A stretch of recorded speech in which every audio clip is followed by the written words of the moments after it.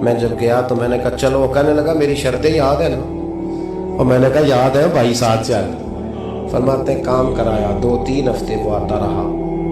ایک ہفتے میں گیا تو لوگوں نے کہا حضور آج نہیں آیا، کیوں؟ کہنے لگے بیمار ہو گئے۔ کہاں گھر ہے؟ کہنے لگے بغداد کے قبرستان کے پیچھے جو کچی آبادی ہے اس میں رہتا ہے۔ فرماتے میں گیا، دروازے پہ دستک دی تو کہنے لگا حضور آپ ہیں؟ دروازہ کھولا ہے، آ جائیے۔ فرماتے ہیں میں اندر گیا تو میں نے کہا تمہیں کیسے پتا چلا میں آیا ہوں؟ کہنے لگا حضور اللہ والے ہو، آپ نہیں آنا تھا، ورنہ امیر تو غریبوں کا پتہ لینے کوئی نہیں آتے۔ کہتے میں قریب گیا تو کہنے لگا میں آپ کا انتظار کر رہا تھا، تیز بخار ہے، تپ رہا۔ جیب سے کچھ پیسے نکالے، کہنے لگا یہ پیسے رکھ لیں۔ ایک انگوٹھی نکالی، کہنے لگا حضور آج رات کو میرا انتقال ہو جائے گا، ان پیسوں کا کفن خرید کے صبح جنازہ پڑھ کے مجھے دفن کر دینا، اور جب دفن کرو تو یہ انگوٹھی لے کے عصر کے بعد ہارون رشید کے پاس جانا،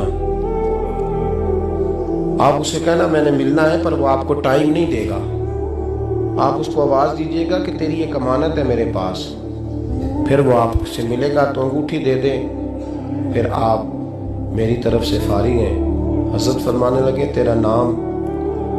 اور کہنے لگا حضور وقت تھوڑا ہے،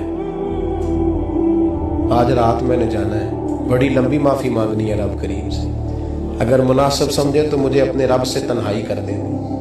فرماتے ہیں میں آ گیا پر اس کی باتوں نے مجھے ساری رات سونے نہیں دیا۔ فرماتے ہیں صبح بڑی مشکل سے سورج نکلا، میں گیا دروازے پہ ہاتھ رکھا تو دروازہ کھلا ہوا تھا، اندر داخل ہوا تو خوشبوئیں میرا استقبال کر رہی تھی۔ جب چہرے سے کپڑا ہٹایا تو اس کا تو انتقال ہو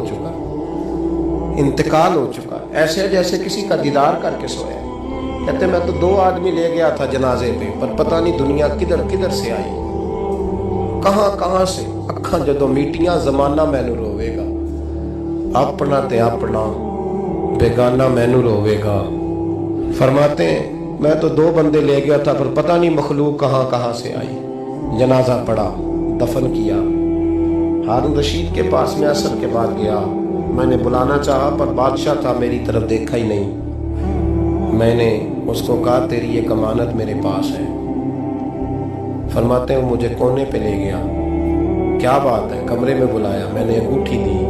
ہارون رشید تو چیخے مارنے لگا، کہنے لگا انگوٹھی والا کہاں ہے؟ میں نے کہا وہ تو انتقال کر گیا۔ کہنے لگا مجھے قبر پہ لے چل۔ کہتے میں قبر پہ لایا تو وہ لیٹ گیا، تڑپ کے رونے لگا۔